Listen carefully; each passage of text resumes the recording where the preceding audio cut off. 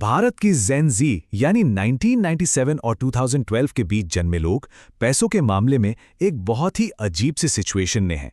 एक तरफ वे पहले से कहीं ज्यादा स्मार्ट और एम्बिशियस हैं, लेकिन दूसरी तरफ वे आर्थिक रूप से सबसे कमजोर लोगों में भी गिने जाते हैं। तो आज हम इसी दिलचस्प पहेली को समझने की कोशिश करने वाले हैं। 27%। आज भारत की कुल आबादी का इतना बड़ा हिस्सा जेन-ज़ी का है। मतलब ये सिर्फ एक और पीढ़ी नहीं है, ये एक ऐसी आर्थिक लहर है जो भारत के आने वाले कल को पूरी तरह बदलने वाली है। और पता है, पिछले किसी भी पीढ़ी के मुकाबले ये युवा बहुत ही कम उम्र में फाइनेंस की दुनिया में कूद रहे हैं। उनका फोकस सिर्फ बचत करना नहीं, बल्कि सीधे सीधे पैसा बनाना यानी वेल्थ क्रिएशन है। और यहीं पर सबसे बड़ा सवाल खड़ा होता है, अगर ये इतने स्मार्ट और जागरूक हैं तो इनकी फाइनेंशियल कंडीशन इतनी रिस्की क्यों है?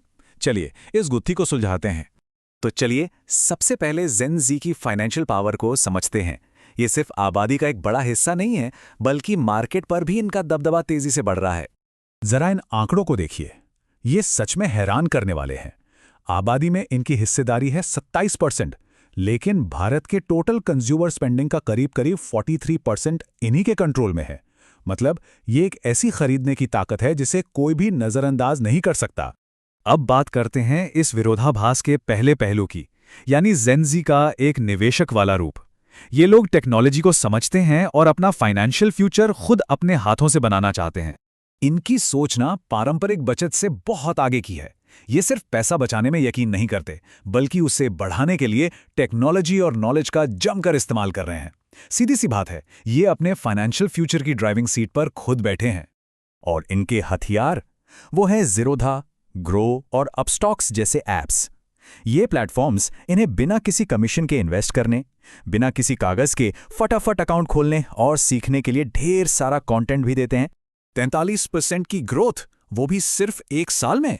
ये कोई मामूली ट्रेंड नहीं है, ये एक क्रांति है जो इन्वेस्टमेंट की पूरी दुनिया को बदल रही है। और हाँ, इनके निवेश करने का तरीका भी एकदम अलग है। ये सोना या फिक्स डिपॉजिट जैसी पुरानी चीज़ों से हटकर सिस्टमैटिक इन्वेस्टमेंट प्लान्स मतलब SIPs और सीधे स्टॉक मार्केट में पैसा लगा रहे हैं। ये दिखाता है कि ये ज़्यादा रिटर्न के लिए ज़्यादा रिस्क लेने से नहीं डरते। लेकिन अब कहानी में आता है एक ट्विस्ट। एक तरफ तो ये इतने समझदार निवेशक हैं, पर दूसरी तरफ इनकी फाइनेंशियल लाइफ का एक डार्क साइड भी है जो इन्हें बहुत ज्यादा कमजोर बना देता है। और वो डार्क साइड है फोमो, यानी फियर ऑफ मिसिंग आउट। ये एक ऐसा डर है कि कहीं वो किसी ट्रेंड, किसी डील या किसी एक्सपीरियंस से पीछे न रह जाएं। और यही डर उन्हें डिजिटल दुनिया में एक आसान टारगेट बना देता है। ये होता कैसे है? प्रोसेस बहुत सिंपल है, पर उतना ही पावरफुल। सोशल मीडिया पर कोई ऐड या पोस्ट दिखता है जिससे एक बेचैनी पैदा होती है। फिर कुछ छूट जाने के डर से बिना सोचे समझे खरीदारी हो जाती है और आखिर में बचता है सिर्फ पछतावा। तो ये जो डिजिटल दुनिया है, ये एक तरह का युद्ध का मैदान बन चुकी है, जहां एक तरफ आगे बढ़ने के मौके हैं तो वहीं दूसरी तरफ शोषण का भी पूरा खतरा है। और सबसे अजीब बात तो ये है कि वही प्लेटफॉर्म्स जो जेन-ज़ी को इन्वेस्ट करने की ताकत दे रहे हैं, वही फोमो मार्केटिंग का इस्तेमाल करके उनका फायदा भी उठा सकते हैं। मतलब एक हाथ से ज्ञान दे रहे हैं और दूसरे हाथ से बिना सोचे समझे खर्च करने के लिए उकसा रहे हैं।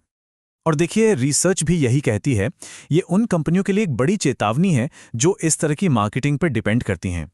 शॉर्ट टर्म में तो बिक्री बढ़ जाती है, लेकिन लंबे समय में ग्राहकों का भरोसा खोने का पूरा रिस्क होता है। इस पूरी सिचुएशन को ये चार्ट और भी साफ कर देता है। एक तरफ तो जेन-ज़ी में इन्वेस्ट करने का इतना जोश है, लेकिन दूसरी तरफ देश की ओवरऑल फाइनेंशियल लिटरेसी रेट सिर्फ 27% है। और नॉलेज का यही गैप उन्हें धोखाधड़ी का आसान शिकार बना देता है। खैर, इस बढ़ते हुए खतरे को देखकर अब रेगुलेटर्स भी एक्शन में आ गए हैं। ऑनलाइन मिलने वाली बिना सिर पैर की फाइनेंशियल सलाह के जोखिमों को कंट्रोल करने के लिए कुछ बड़े कदम उठाए जा रहे हैं।